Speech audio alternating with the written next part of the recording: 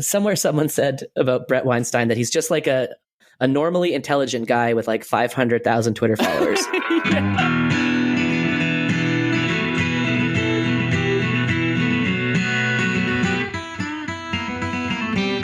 Invited him to be the podcast co-host with me behind your back, so I'd kick you out, but alas, he declined, so I'm stuck with you.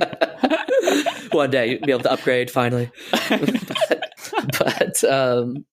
But yeah, how was the rest of your trip to Vancouver? Yeah, it was good. Just, hanging out, showing Mira's sister around, hanging out with some friends, catching up with people. So it was so nice to see the city again. I forgot how much I fucking love that place. Despite the fact that we had to record our episode with Chris, or I had to record it on a shitty microphone. So I like that we started trying to do like a legit, like very bad wizard setup, like sitting across from one another. We're like, this will be so cool. And then we realized that our technical efficiency was not quite at their level, and you had to retreat to your bedroom so that we could actually do it. It was so funny, talking to Chris, and he's like this high profile podcaster who just has his shit together, and we're like running around like a couple of turkeys in my office, and then I have to run into my bedroom with like blankets over the hardwood surfaces and stuff. Yeah, literally so ill prepared. But so what do you think? Do you think we should, because I guess with that one Chris episode, we didn't talk about the Twitter questions, and I was kind of keen to talk about the Twitter questions a little bit. I'm just going to throw them at you, see what you think. See how it goes. So this is from our friend Philo. So it seems to me that the idea that we could upload our minds into a computer is nonsense. Desire for immortality is the nerd's reinvention of God via AGI, and heaven via uploading a mind to a silicone substrate.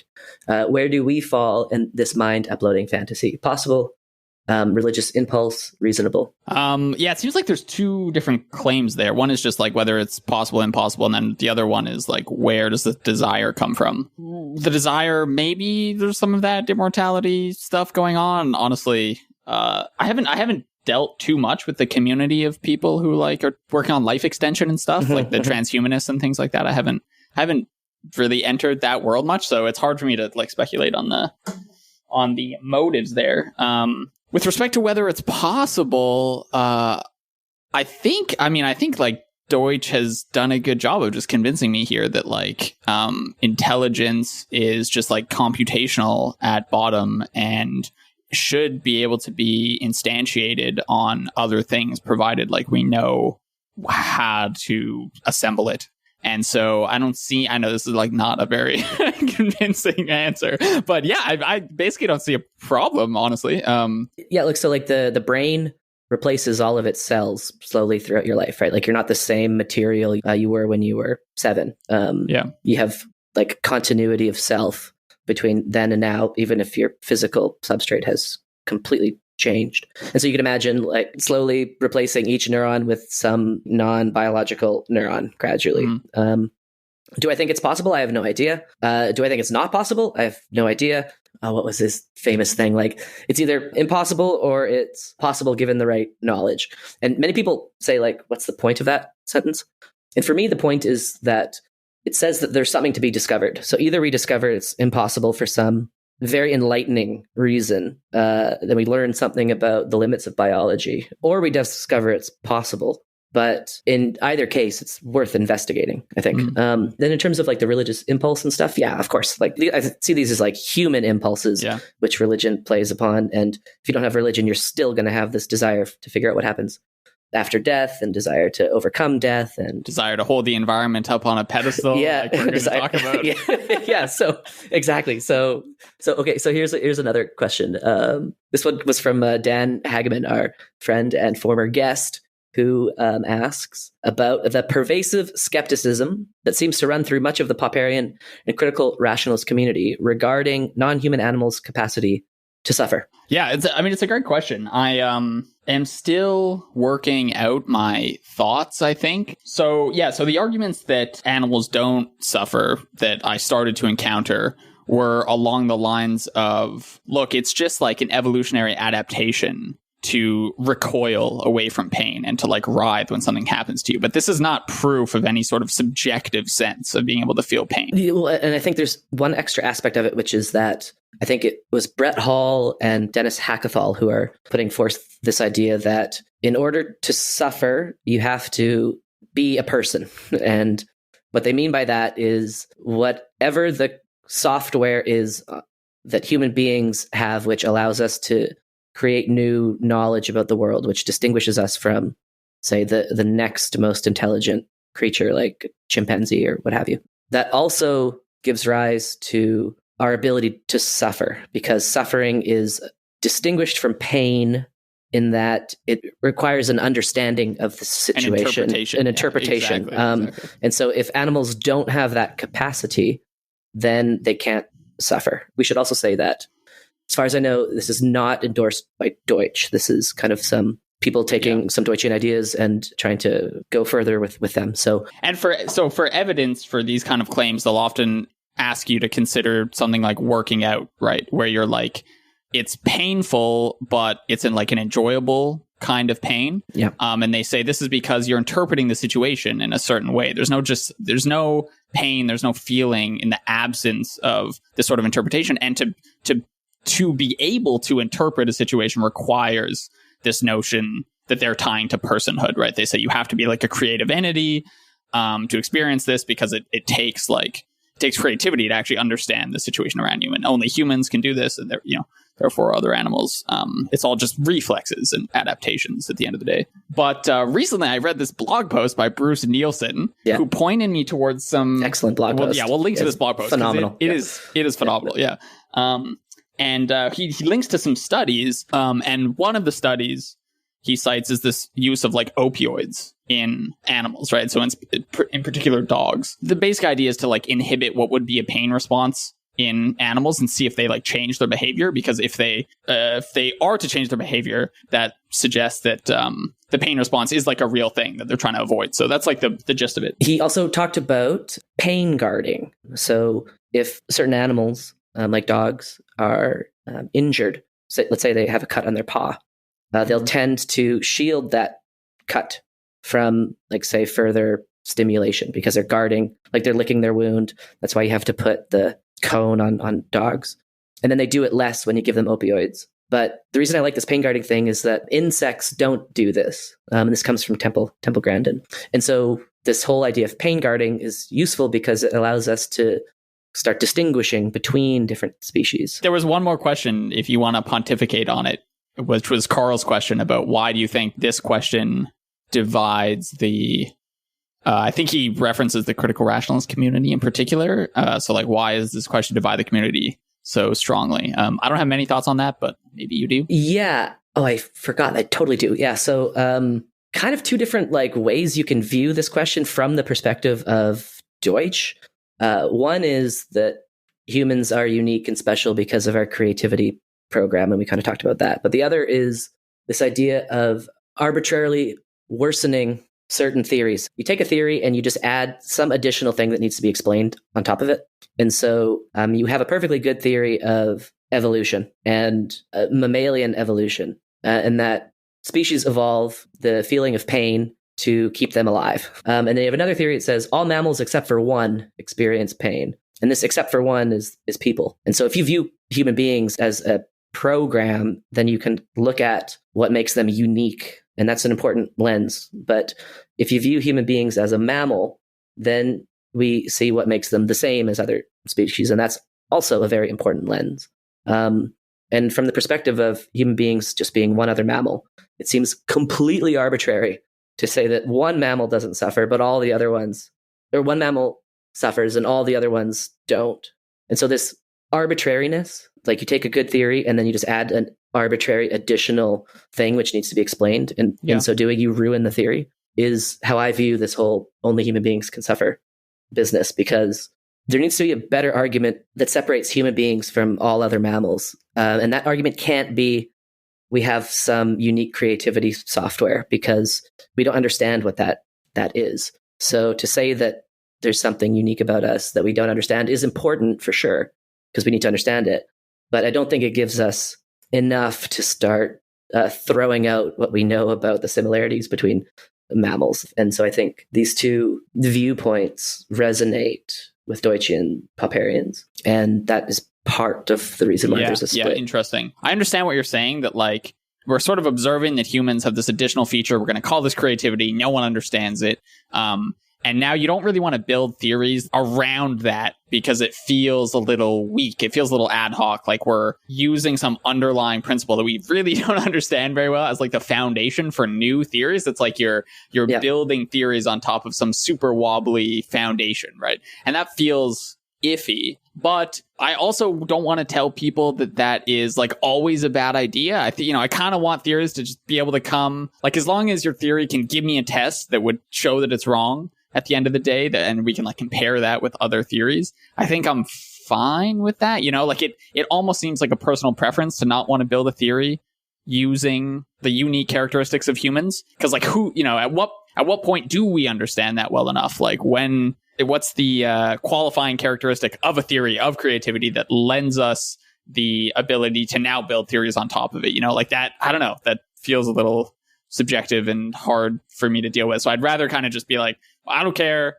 but you have to give me testable claims. And as far as I'm concerned, the testable claims have just like failed based on the stuff Bruce pointed out. Yeah, it's interesting because human beings can both be viewed as completely the same as the animal species or completely different from it.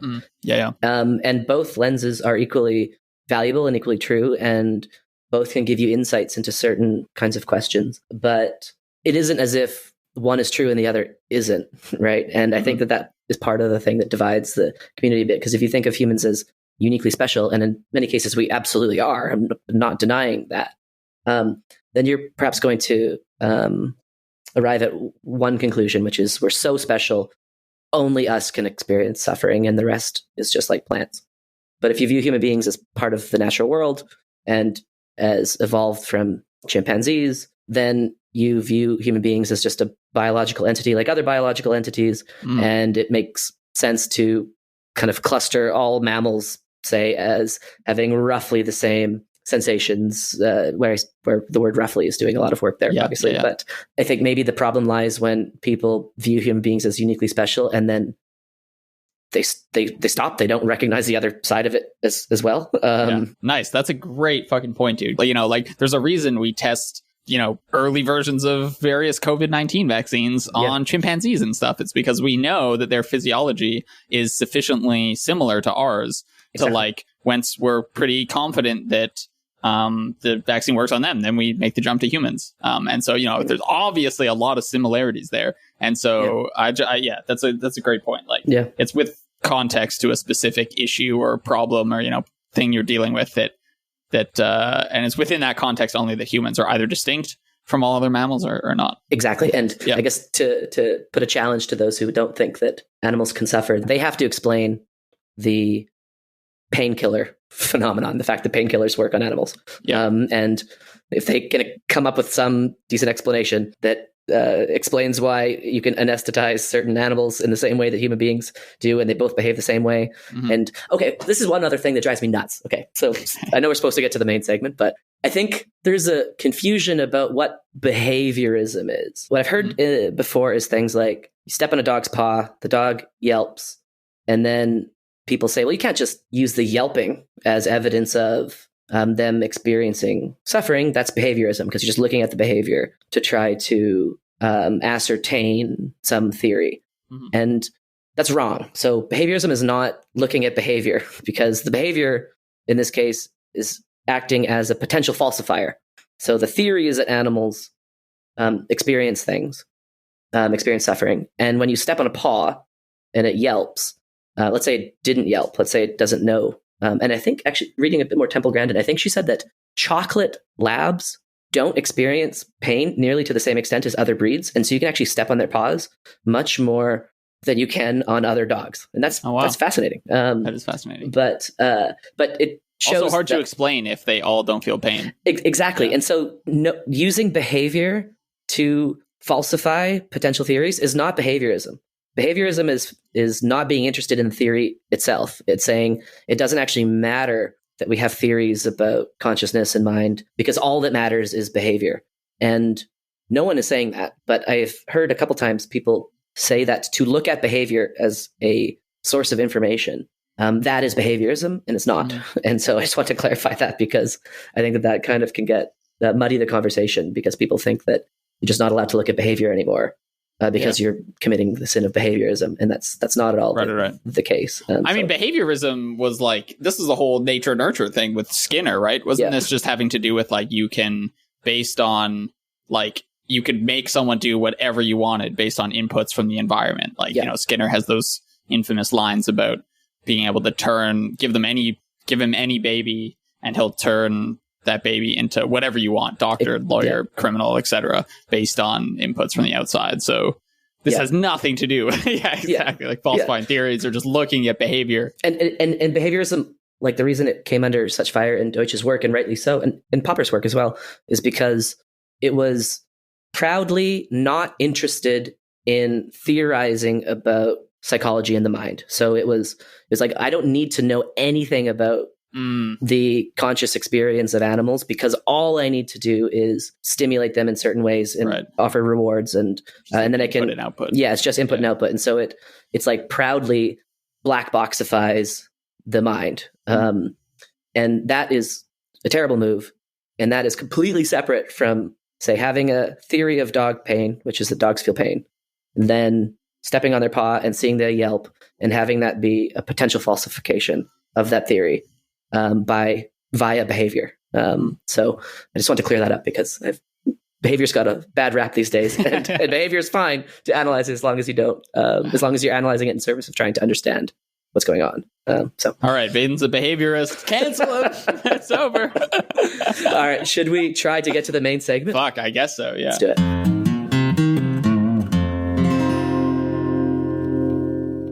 One idea I had is we could talk about the Weinsteins for like 10 minutes, just because I'm honestly curious what you think of this whole fucking. We should totally talk about that. Yeah, okay. Fuck yeah. I don't even know what to make of this, but okay, yeah, obviously. So Eric and Bret, it's Weinstein, right? People say both, but Weinstein. Yeah. So Eric and Bret, they're famous brothers, and I think like most people, I was made aware of them probably like 2 years ago-ish. I don't know if it was via Sam Harris or some other mechanism, but they were like in that whole IDW crowd. And, Eric was a physicist, Bret's the biologist, and they had both been on the Sam Harris podcast, Joe Rogan, etc.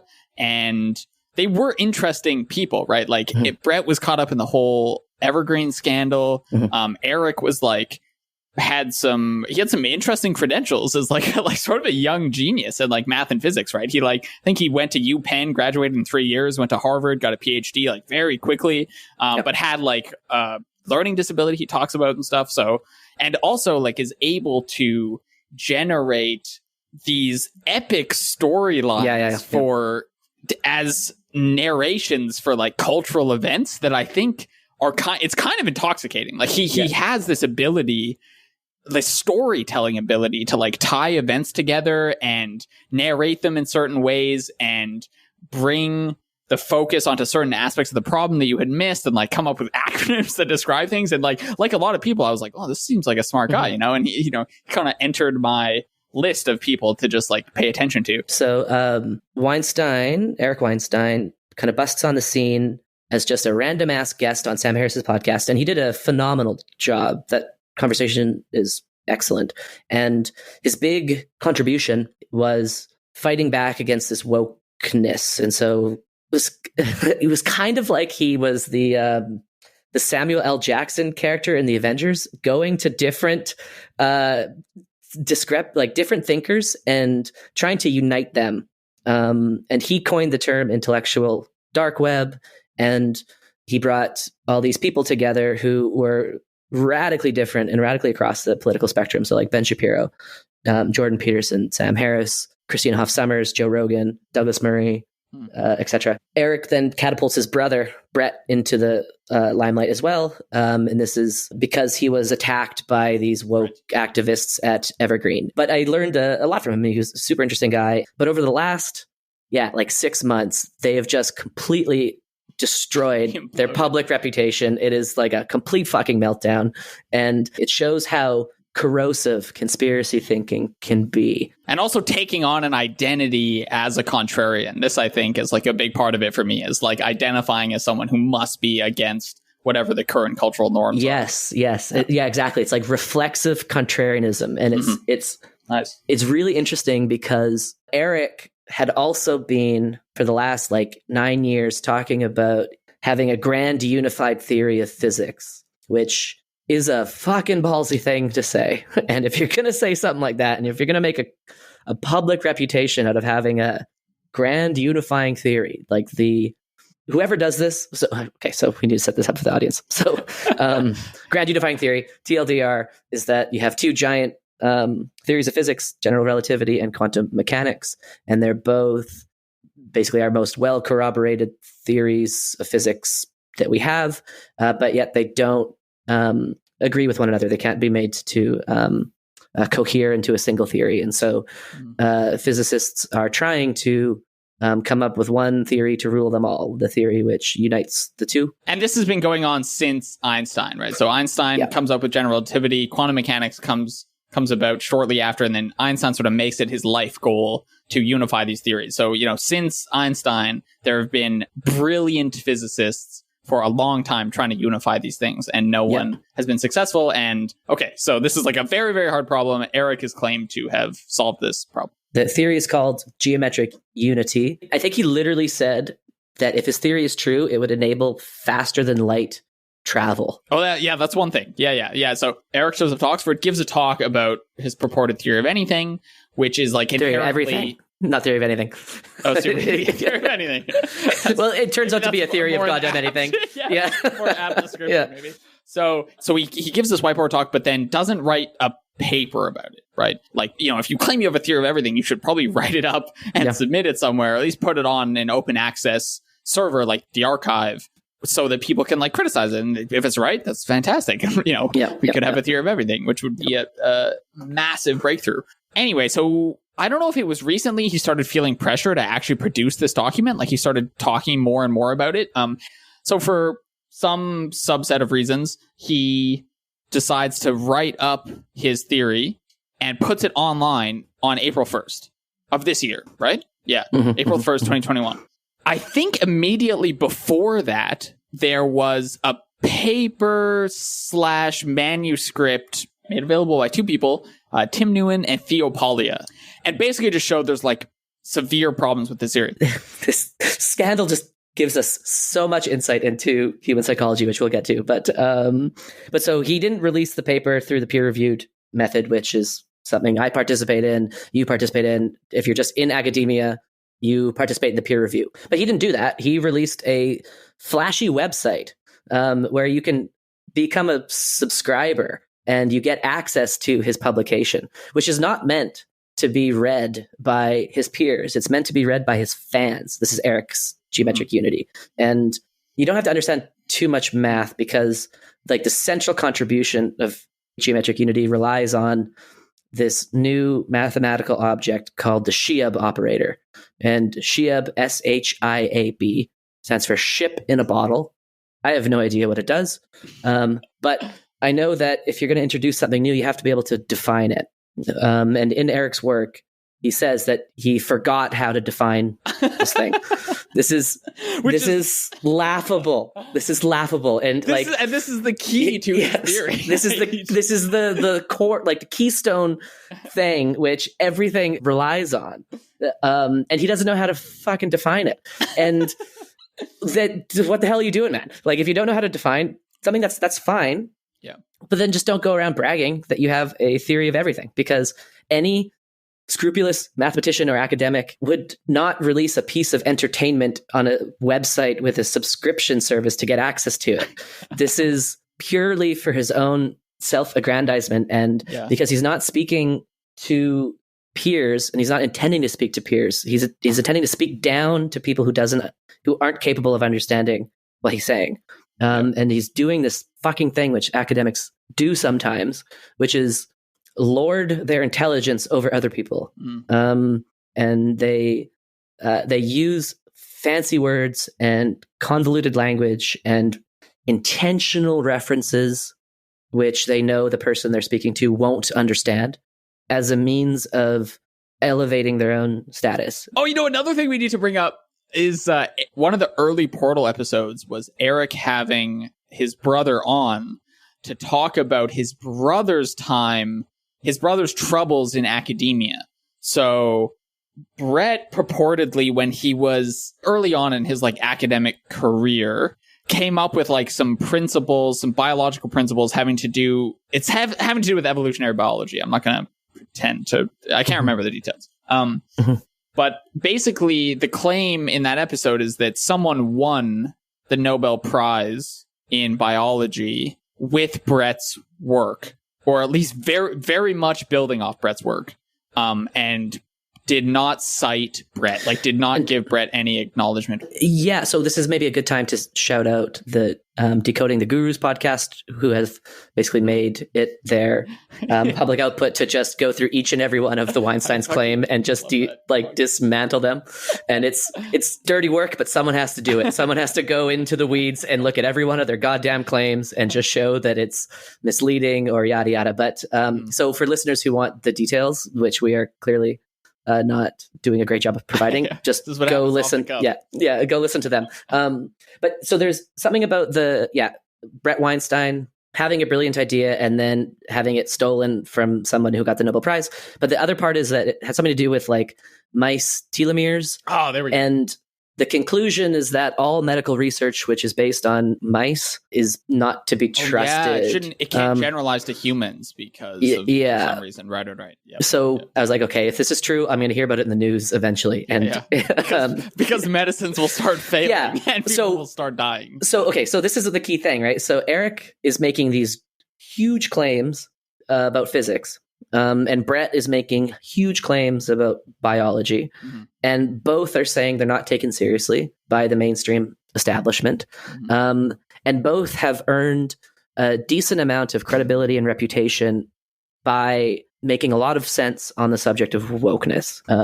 So anyway, a bit more scene setting and opinionating and stuff. But So I want to dive more into like the dynamics now between Tim Nguyen and Eric, and Eric's followers, which is an interesting story in and of itself. But it's amazing to me how quickly my opinion of Eric changed. And now I cannot listen to a podcast episode, even past podcast episodes of Eric, and fail to see this intellectual charlatanism where he's just trying to bamboozle his audience with like just mathematics and basically just big words, right? Trying to tie concepts together in a way that don't deserve to be tied together. And just, it's just fascinating how quickly I've lost respect for him. Like, I just cannot see him in the same way. But okay, so back to what you said. So Eric has the Shia operator that he just conjectures out of nowhere that says it should do these things, right? But typically you should define what it's actually doing. just conjecturing it is typically not. That's the first step, but then you have to follow it through. But okay, so he writes this paper, and in the paper he says, I don't know how to define this, which is, I don't even know what to make of that. I mean, maybe good for him for being that straightforward. Like, this is a career-destroying move. It honestly is. I swear to God, I knew how to do this at one point. Okay, but you might be asking, like, how does someone write a paper of a refutation of this if this object, this thing is undefined? And what they do, it's actually a very strong refutation, because they take the two sets. Right, so there's two distinct sets of objects, and the Shiab operator is supposed to map one set to another set, and it's supposed to obey certain characteristics. So it's supposed to be what mathematicians call isomorphic. So so all that means is it maps each element of the first set to a distinct object in the second set. And so given the element in the second set, you could map it back to the first set, vice versa. So it's sort of just like this very precise, unique one-to-one mapping. So what Tim and Theo do is show that these two sets of things are actually not isomorphic. So all that means is that they give an impossibility proof, basically. Like, these two things, there is no function that could actually map between them in this manner, obeying these constraints. Okay, so they do that, and then but then they also give him the benefit of the doubt. They say, okay, there could be an isomorphism if you made this additional step. Okay, so the isomorphism he claims to have made is actually impossible by any function. But if you make this additional mathematical step, just extending it in a certain way that we won't get into, then there actually is an isomorphism. The complexification step. Exactly. So it's called complexification. So if you complexify it, there could be an isomorphism. But then they show, in this case, the theory would fail certain other constraints. It would fail certain other things that would actually make it a theory of everything. So if you complexify it, then it fails in other ways. So this is like a very damning critique, right? This is not just like the specific thing he said is wrong. It's saying the entire approach, the entire class of things that he's trying to do cannot possibly result in what he's claiming it is, right? One thing to add is that like the details aren't super important. What is mainly important to take away is that Tim Nguyen did a very excellent and thorough job of first understanding Eric's theory and then pointing out why it's fatally flawed. It's completely gone. It's done. Yeah. It's like he ran into the grown-ups in the room, and the grown-ups were just like, this is not right. Like, but this is what happens when you write not to an audience of peers who can understand you and iterate. Because what a careful mathematician, what an honest mathematician would do upon reading Tim's critique is say, let's collaborate because you are the only other person on the planet who actually understands my work. Because when you get to these kind of reaches of mathematics, like the number of people who can understand what you're doing is count them on one hand. And instead, what does Eric do? And perhaps you want to continue the story. But Eric does not respond positively to criticism. Let's just say that. Eric has the equivalent of an adult temper tantrum. It's ironic because he's always citing the institutional power that was leveraged against him. And all he does is use his social power to like tell his followers to basically go after Timothy, right? He just uses his power to say, I'm not going to engage with him because he like makes bizarre accusations of like sexism and things that are fairly obviously false, considering that like Tim so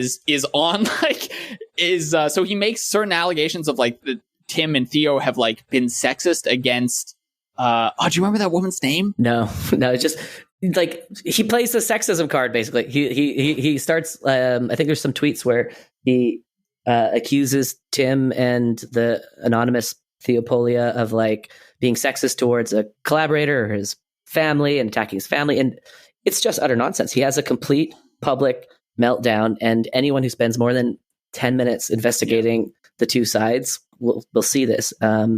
To echo what you said, like this is one of these instances where my opinion of somebody has changed so quickly and so radically that it really does show how you can spend like 6 years building up your reputation and then you can destroy it in like one afternoon. You can completely destroy it. And like Douglas Murray and Jordan Peterson and Sam Harris, I still have tremendous respect for them. And it'll be interesting to see what they do and how they treat Mr. Eric Weinstein, because you don't need to know much math to see that how Eric is acting is he's acting like his mask is being revealed. Basically, the people are seeing that he is just an empty suit, and it's quite shocking to see for those who've been following these people through the last couple of years. Yeah. I mean, he refuses to actually deal with these criticisms at an academic level. Like he will not deal with the ideas. Every time it's brought up, he will just like issue ad hominem attacks towards them and criticizes Theopolia for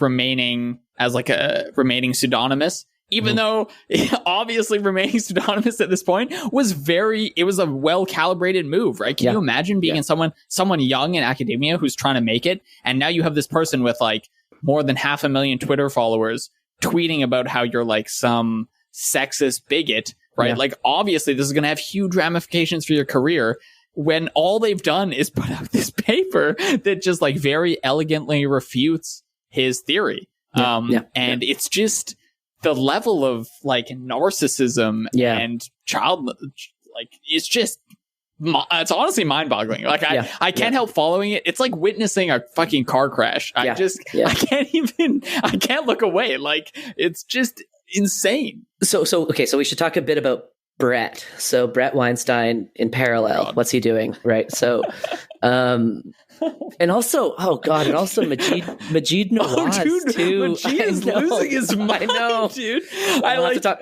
But let's do Bret. Let's do Bret first. And it's so sad to see all this, but God. But yeah, so Eric's career is his public reputation is collapsing. Well, among like academic, like he honestly, he still has like. Yeah, I don't know. Actually, that's a good question. Like, what is the state of his public image amongst his followers? Because, like, I've taken some time to dive into the replies on his Twitter tweets, which is a terrible waste of time. But I'm just curious what people's reactions are, and there's still a lot of people very sympathetic to him. It's hard to gauge what everyone thinks, but you can get a little sense of it by seeing the tenor of his subreddit is starting to become much more critical. With Twitter, it's hard to say because you get like survivorship bias and stuff. And you can't really look at his number of followers and use that as much of an indication because people can be following him just to watch the train wreck like I've been doing. But I think over time it'll become quite clear because I think he moved away from his Discord to Clubhouse because people on his Discord started calling his bullshit. And on Clubhouse, we'll see if that changes. But it's like, I think somebody on the internet, on some subreddit, asked, like, how can he have time to do this and his career? It's like, this is his career. It's not as if he's working on his theory and being a physicist and directing the Peter Thiel Foundation's money as his full-time job and then just tweets on the side. Like, his whole career is just tweeting and going on podcasts and stuff and developing this mass following. But as we're starting to see, a lot of these people who have huge followings are just somewhere someone said about Bret Weinstein that he's just like a normally intelligent guy with like 500,000 Twitter followers. If you read tweets in that context, it totally makes sense. He's just a normally intelligent dude who's doing his best to figure things out, but has this obligation to tweet to the world everything he thinks about Afghanistan. Now Eric's talking about Afghanistan, as if Eric knows any fucking thing about Afghanistan.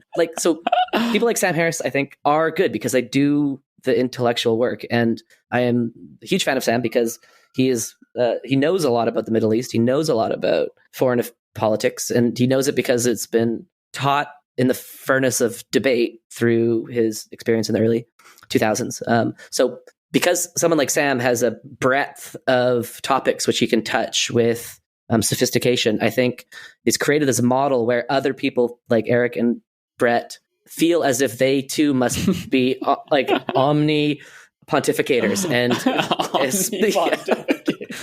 just like spread their intellectual wisdom about Afghanistan and about the pharmaceutical companies and the vaccine process and biology and physics. And what we're learning is over time, none of it adds up to anything. And the problem is that the only way you can maintain this is by slipping into this linguistic charlatanism where you use these large words to bamboozle people into thinking you know what you're talking about. And so they have this that's the other fucking thing about Eric is he uses this arcane. Oh God.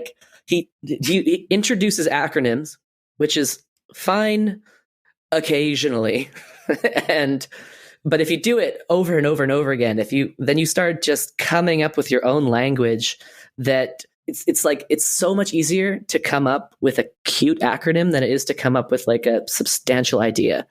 But if you do come up with cute acronyms like the DISC, the distributed idea suppression complex, or the GIN, the gated institutional narrative, just shut up. Just say what are you even talking about? But people feel like they have to memorize this stuff. And sorry, I just went on a big spew about a bunch of different things. So we were talking about Bret, and I should maybe just get us back on track. So with Bret, he has his Dark Horse podcast. And on the Dark Horse podcast, after the woke stuff had lost its appeal, they started talking a lot about vaccines. And they started talking about how what we think are safe vaccines are actually not safe. And in fact, you should use this thing called ivermectin, which is like an animal something or other. Basically, it's not a vaccine and it's not good for you. That's the TLDR. But it's a similar thing, right? Because they want to keep it new. They want to keep talking about different stuff. And so then they get in this own little rabbit hole about vaccines, and Bret's a biologist and he's followed by a bunch of people, and people ask what is his thoughts. And now he's going to start going on and on about vaccines. And it got so bad that like Sam just released a podcast basically like slapping Bret in the face to all of Sam's podcast listeners. And it was important because they just have this let's doubt everything mentality. All of it's corrupt. All of it is out to get them. All of it is trying to keep them, keep the truth suppressed. And so, yeah, I thought it was, so as this was going on, I was trying to think about other fields and how they potentially deal with like claims to fame, or like people who have like claimed to solve big things. And one thing that came to mind was in 2017, in the field of like theoretical computer science, this professor at a German university named Norbert Blum, he claimed to have proved P is not equal to MP. And so for those unfamiliar, this is like the biggest outstanding problem in theoretical computer science, and possible just computer science in general. There's like a resolution to this question would have not only like big theoretical significance, but would also inform us as like the security of our internet, our cryptography systems, like the efficiency of solving certain problems. Like a solution to this would it's one of the Millennium Prizes, so there's $1 million bounty on it. Yeah, exactly. So it's one of like the I think there was 10 Millennium Prizes and one has been solved or something. So this is like one of the biggest outstanding problems. Anyway, so someone put out a paper in 2017, Norbert Blum, on the archive, and obviously it gathered a lot of attention very quickly. And this other very famous theoretical computer science named Eva Tardush basically said this is wrong for various reasons. It gave a convincing counter-argument, showed why. Actually, it's interestingly similar to Tim and Theo's argument, because she showed not only that the specific proof offered by Blum didn't work, but also why any approach like it would fail, right? So like the entire class of approaches was like would not be able to show what he claimed to be able to show, would not solve the problem. And then it ended, right? And so, and which is exactly how it should be, right? You should have people writing papers, putting forward conjectures, trying to find errors in their own work. And then when they fail to find those errors, you put it out in the public domain. You have other people look at it. You have them criticize it.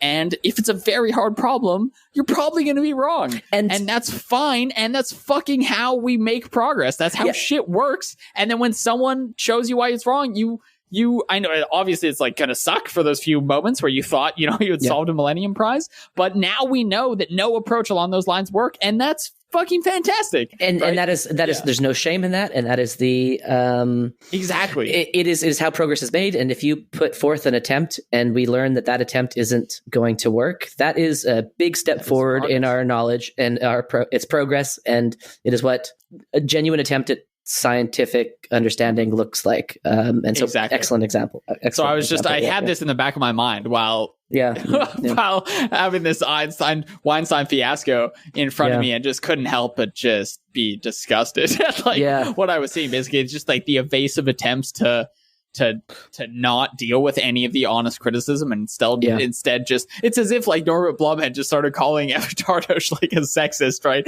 And just refused to deal with any of her work. Like it's exactly what you said. It's just purely the fact that they have a large following, that they feel like they can do this, right? Like so, it's just it's fucking gross. So what do you think of this concept of like the secular guru? Because it's something that I've been thinking a bit more about after listening to the Decoding the Gurus podcast. Because there does seem to be a class of people who fit this category, but it's hard to say exactly what that is. So the very notion of secular gurus, real thing, not a real thing, how do you distinguish? Would you categorize Sam Harris as a secular guru? What's the difference between a secular guru and an influencer? Yeah, so that is an excellent question. Like, what is the difference between like a secular guru and someone with just a large platform? That's like an enlightening question, I think. So I do, like, the word guru does seem to describe like both of the Weinsteins to me fairly well. But I do get the sense that like someone like Sam Harris, I do have the sense that he's more honest than they are somehow. Yeah. So I wouldn't consider Sam Harris a guru, even though he has a huge following. And why is that the case? Because I don't think he's pretending to be more intelligent than he is, first of all. And I don't think he's using that, let's say, the allure of intelligence as kind of a mystique, you know?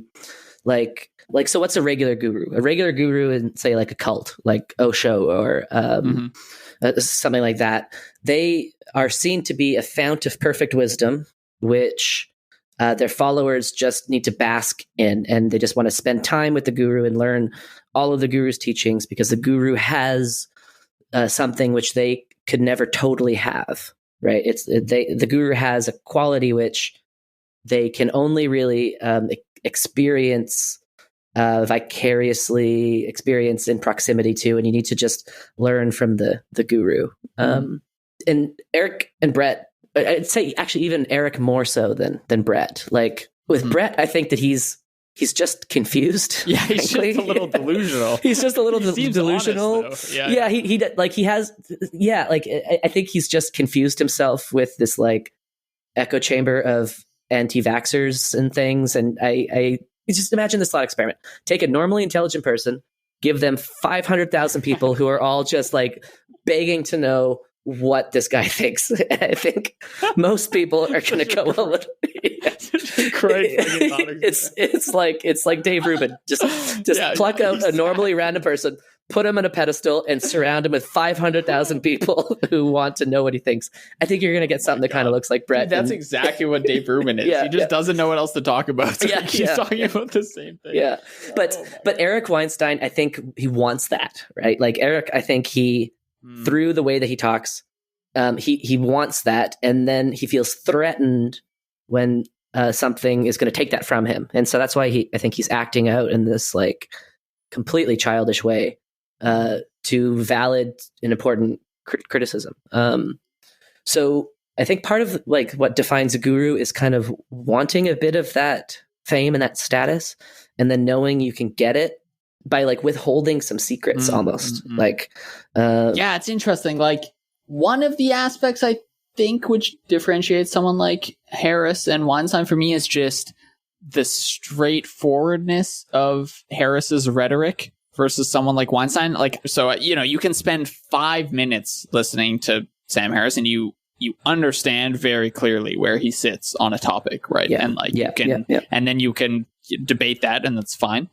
Whereas like Weinstein, you can spend 3 hours listening to him and you're fucking confused about what exactly he's saying. And you have to sort through 17 sets of the acronyms, and you have to start cross-referencing what he's said about certain conspiracy theories and stuff, right? Yeah. And so there's just like there's a willingness, I think, to just say what you mean and risk being criticized for it, versus like couching all of your thoughts in this like obfuscatory fucking language. The Popper quote that I always think of, and I have to read. I actually was pulling it up just a moment ago, but I have to read it because it's so apropos to this conversation. And the essay is titled "Against Big Words," and Popper says, I'm just going to read it. Every intellectual has a very special responsibility. He has the privilege and the opportunity of studying. In return, he owes it to his fellow man, or to society, to represent the results of his study as simply, clearly, and modestly as he can. The worst thing that intellectuals can do, the cardinal sin, is to try to set themselves up as great prophets vis-a-vis their fellow man, and to impress them with puzzling philosophies. Anyone who cannot speak simply and clearly should say nothing and continue to work until they can do so. And I think it's so important because this is a tendency which Popper identified in like the 50s and the 60s. So there's nothing new here with this trait of intellectualism, which does the exact opposite of what Popper just said, uses big words, presents puzzling little puzzles for their followers to try to work out, and does everything they can not to speak clearly in order to not be pinned down on anything. Like Eric Weinstein was asked what his opinion of Bret's musings on ivermectin to his, and we should just say that people have like fucking died because they're like drinking ivermectin now. Like Bret has a huge following, and he's telling people to not get vaccines and to take this like animal chemical, and people are dying. And what does Eric say? He doesn't say everyone should get vaccinated. That would be just right, straight, clear. Just I disagree with my brother. Everyone should get vaccinated. That would be a very clear. But Eric just goes off this like he starts talking about the institutions again, and you don't really know if he like you could tell he doesn't agree with his brother, but you don't really know what he says, and it's like, dude, just speak simply. And he says to criticize Bret is to miss the entire point, right? Like Bret is simply a system of the institutional disease which is affecting us all. It's like, for fuck's sakes, man. Yes, So that's a. I think it's more than a characterological difference between Sam Harris and Eric Weinstein. I think it actually is indicative of this like secular guru nature or not. Yeah, exactly. Yeah. Another one of Popper's concepts actually applies pretty well, which is his conspiracy theory of society, which I think describes Bret and Eric's psychology very well. So this is where you imbue society with like this concept where there's like a group on top, they're unnamed, they're unrecognized, they're unknown, who's trying to control it from the top. So society is this power struggle between like some unrecognized group that's like putting everyone else down. And what's ironic is that they were both at first in like the wokeness debate, were on one side of it saying like, you know, it's much more complex than that. Of course, there are like discrepancies of discrimination, but like there's not this entire system which is just like set against a certain group of people.